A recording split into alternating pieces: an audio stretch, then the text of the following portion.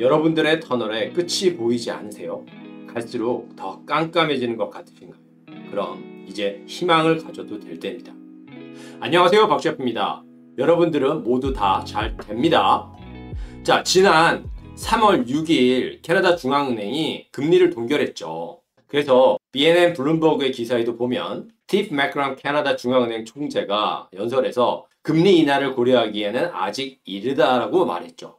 자, 그래서 금리 동결이 됐는데 여기 하나 보셔야 될 게, 자, 뱅크 오브 캐나다가 주택시장과 관련하여 작년의 반복을 피하려고 노력하고 있는 것을 보인다. 베러 드웰링이라는 기사에서는 이런 내용이 있죠. 이와 관련된 그래프를 제가 잠깐 보여드리면요. 자, 여기 보시면 작년 1월입니다. 1월, 2월, 3월, 4월, 5월, 6월 피크를 찍었죠. 이렇게 주택시장이 과열되고 있는 모습이 여기 보이죠. 그러니까 캐나다 중앙은행이 금리 동결을 한 이유가 여러 가지가 있죠. 경제 전반에 대한 거시적인 관점에서 지금은 금리 인하가 아니라 금리 동결을 해야 한다고 결정을 한 건데, 그 전체적인 경제 상황 속의 한 부분이 이 주택시장인 거죠. 그래서 작년에 이렇게 주택시장이 튀어오르니까 캐나다 중앙은행에서 이 말을 바꿨죠. 그래서 그 이후에 보면 하락세로 전환된 모습이 보이죠. 자, 그래서 이제 캐나다 중앙은행에서는 작년의 반복을 피하고 싶어 하는데, 자, 지금의 주택시장은 어떨까요? 작년은 그랬어요. 자, 그래서 여기 보시면 buyers are back. 사람들이 들어가기를 기다리는데 지쳤을 뿐인 것 같다. 그리고 바로 밑에 보면 너무 바빠지기 전에 진입하려고 노력하고 있다. 그래서 제가 이 기사에 이 두 줄을 하이라이트 하는 이유가 지금 현 시점의 주택시장을 아주 잘 대변해주고 있는 문구라고 생각해서 하이라이트를 쳤거든요. 자, 그럼 최근 발표한 거래 현황 자료를 한번 간략하게 볼게요. 주택시장이 어떤 모습이길래 buyers are back이라는 말이 나올지, 자, 보시면, 자, 아까 전에 보던 그 그래프인데요. 작년에 봄 시장에 반짝했다가 계속 하락했던 주택시장이 지금 다시 반등하고 있죠. 여기가 1월이고 2월인데 1월 달만 해도 판매량은 상승하고 있었는데 평균 주택 가격은 오히려 떨어졌어요. 근데 2월 들어서는 판매량도 올라가고 평균 주택 가격도 오르면서 평균 주택 가격 같은 경우는 지난달에 비해서 82,000불 정도 상승했어요. 그러니까 7.4% 상승했습니다.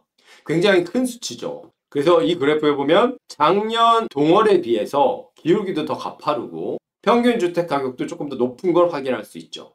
여기서도 보면 최근엔 평균 주택 가격이 삐죽하죠. 판매량 같은 경우는 작년이랑 비슷합니다만, 자, 그리고 주택 유형별 가격 변화도 보시면은 단독주택이 많이 올랐습니다. 여기 보시면 끝이 올라갔죠. 여기 보시면 그래프가 우상향하는 게 보이죠. 지난달까지만 해도 살짝 하향이었는데, 그리고 세미 대지 반단독주택 같은 경우도 상승하고 있고, 특히 시티 오브 토론토 지역을 중심으로 더 가파르죠. 그리고 타운하우스 같은 경우도 상승하고 있고요. 콘도도 상승하고 있습니다. 다른 유형에 비해서는 아주 미비합니다만 상승세로 바뀌었죠. 그리고 지역적으로 살펴봐도 지금 다 끝이 올라가고 있죠, 지금. 그러니까 시티 오브 토론토를 제외한 다른 지역의 콘도 유형을 빼고는 모든 지역에서 대부분의 주택 유형이 상승하고 있는 겁니다, 지금. 그리고 또 한 가지 보시면 여기 매물들의 시장 체류 시간인데 지난달에 54일이었는데 지금 37일로 확 떨어졌죠. 그러니까 작년만큼은 아니지만 회복하고 있는 속도가 빠르다는 걸 여기서 확인할 수 있습니다. 또 다른 거 하나 보시면 이건 뭐냐면 New Listing Re-list Share Buyer Region이라고 그래서, 그러니까 주택들이, 매물들이 팔기 위해서 시장에 나올 거 아니에요. 근데 안 팔리면 가격을 수정하든지 여러 가지를 수정을 해서 이제 다시 시장에 내놓게 되는데, 이제 그렇게 시장에 다시 내놓는 비율이 감소한다는 겁니다. 그러니까 그만큼 잘 팔린다는 거죠. 예전에는 3개월 동안 내놨는데 안 팔렸어. 그래서 다시 걷어들였다가 냈는데 그런 일이 줄어들고 있다는 거니까요. 그러니까 시장이 움직이는 속도가 빠른데 이게 작년 동월보다 더 빠르다는 겁니다. 자, 그래서 다시 돌아와서 시장이 이렇게 회복이 되고 있어요. 그것도 빠른 속도로. 이제 이게 보이니까 캐나다 중앙은행은 금리를 마음대로 인하할 수 없는 거죠. 좀 더 정확하게 말씀드리면 주택시장이 빠르게 회복되고 있다는 사실이 확인됐기 때문에 금리를 동결한 건 아니에요. 그렇죠? 아직 인플레이션이 잡히지 않았고 경제 상황이 나쁘긴 하지만 아직은 금리 인하를 하기에는 판단을 할 수 있었던 여러 가지 요인들이 있는데 그 중에 하나가 주택시장이라는 거죠. 게다가 작년에 봄 시장에 주택 시장을 봤을 때 그런 실패한 반복을 하고 싶지 않죠. 그냥 경험을 해본 거잖아요. 물론 그때랑 지금이랑 전반적인 경제 상황은 다릅니다만 회복되고 있는 게 보이니까요. 자, 그래서 요걸 한번 보시면은요. 자, 우리 연구에 따르면 주택 시장에 참여하는 캐나다 소비자의 약 절반은 금리에 중점을 두고 나머지 절반은 주택 가격에 중점을 둔다. 그러니까 무슨 얘기냐 하면 사람마다 틀리죠. 주택을 구입할 때 본인이 주택을 구입하려고 하는 현재 이 주택 시장 상황 속에서 나한테는 금리가 더 결정적인 영향을 주니까 금리가 중요하다. 아니면 금리보다도 주택 가격이 조금이라도 저렴하면 된다. 이렇게 생각하는 사람도 있죠. 그래서 여기서 하는 얘기는 크게 금리를 중요하게 생각하는 바이어군, 그리고 주택 가격을 중요하게 생각하는 바이어군이 있는데, 여기 보시면 자, 주택 가격에 중점을 두는 집단이 금리에 집착하는 사람들보다 더 빠른 속도로 증가하고 있다.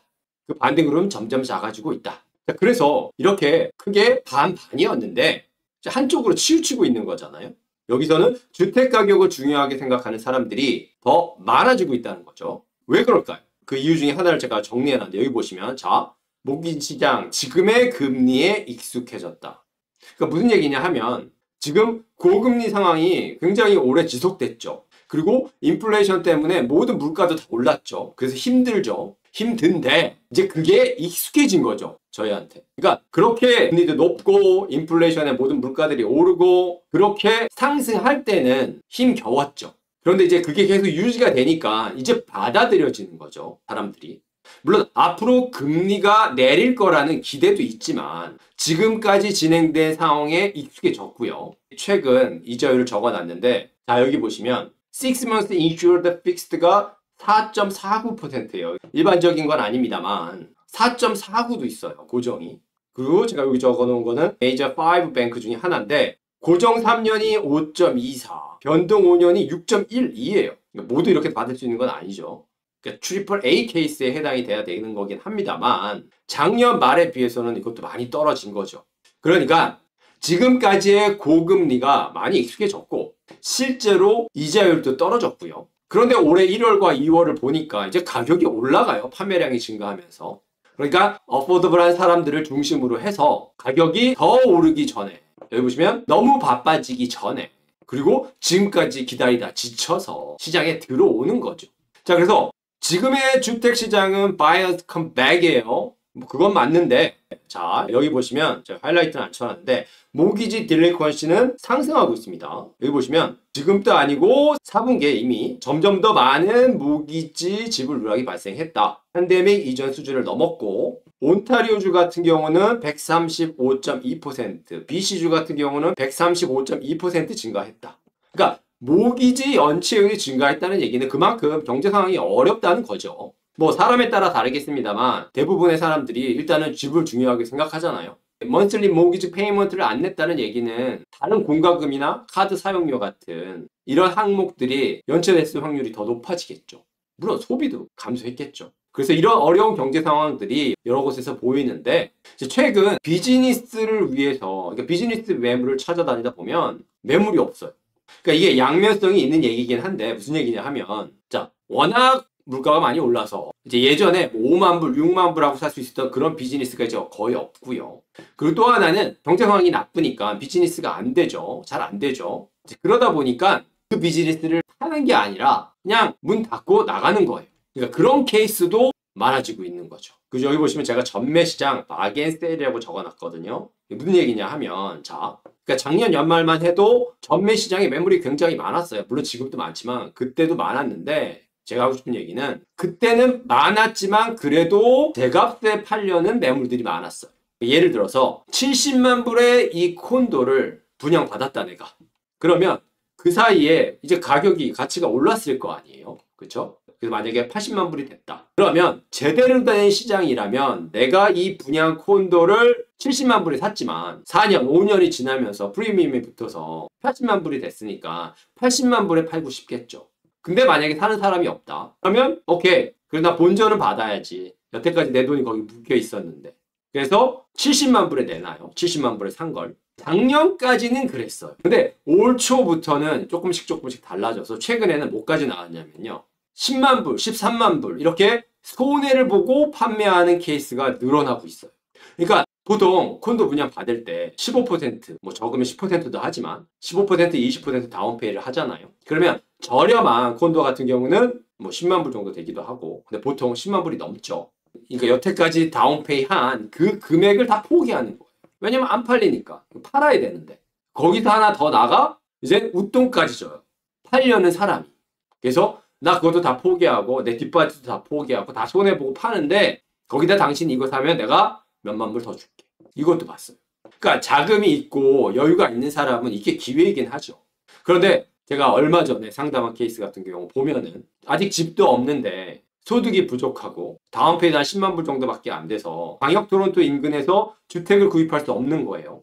그런데 분양 콘도 얘기를 들어보니까 처음에 돈도 많이 필요 없고 시간을 나눠서 다운페이 15% 만들면 되고 그리고 나중에 클로징 할 때는 상황이 나아질 수 있으니까 이제 이런 희망을 가지고 콘도를 분양 받았는데 지금 이제 클로징 할 때가 됐는데 클로징 할 소득이 안 되는 거예요. 그래서 전매를 팔려고 하니까 지금 전매 시장이 이렇게 안 좋으니까 지금까지 넣어둔 10만 불이 넘는 다운페이도 못 건져요. 그래서 클로징을 하려고 이제 렌더들을, 은행들을 찾아보니까 다 안 돼요.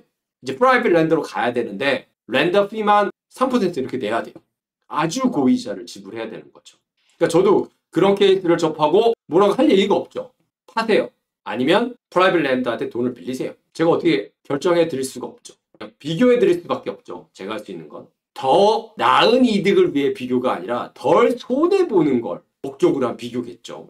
그래서 전매 시장이 그렇게 안 좋아요, 지금. 그리고 지금 여기 보시면은 SNR은 하락하고 있다라고 제가 마지막에 적어놨는데 자, 여기 보시면 지역별 SNR 변화 추세라고 이 SNR이 뭐 딱 맞는 건 아니지만 기본적으로 지금의 주택 시장이 바이어 시장이냐 셀러 시장이냐 이제 이걸 간략하게 보여주는 건데 제가 지금까지 보여드렸던 자료를 보면 지금 마켓이 우상향하고 있는 거죠. 그 얘기는 가격이 오르고 있다는 얘기는 수요가 많아진다는 얘기죠. 그 얘기는 공급이 빨리빨리 팔려나간다는 얘기죠. 그러면 시장이 바이어 마켓에서 셀러 마켓으로 이제 가는 그런 모습이 되는 거죠. 그런데 자, 작년 11월에 바닥을 찍고 바이어 마켓에서 살금살금 셀러 마켓으로 가고 있었는데 지난 2월에 보면 오히려 살짝 다 떨어졌어요. 뭐 일시적일 수도 있는데 지금 이 시점에서 보는 데이터는 이래요. 그러니까 다른 데이터들은 다 상승하고 있는데 얘만 이런 거죠. 한 가지 예로 자, 작년에 봄 시장이 뜨거웠잖아요. 그때 보면 이렇게 올라가요. 그런데 셀러 시장으로 가는 모습은 안 보여요. 이 데이터. 그래서 지금 매스컴에서는 뭐 시장이 다시 회복됐고 가격이 오르고 뭐 이런 얘기들이 줄을 이루죠. 틀린 건 아니죠. 맞는 말이라고 생각을 해요. 근데 그 이면에 제가 여기 요약해 놓은 이런 비하인드 스토리가 있다는 거죠. 그래서 이 비하인드 스토리를 보면서 지금의 주택 시장을 보고 있으면 희망이 안 보이는 거예요. 썸네일에 그 제목처럼요.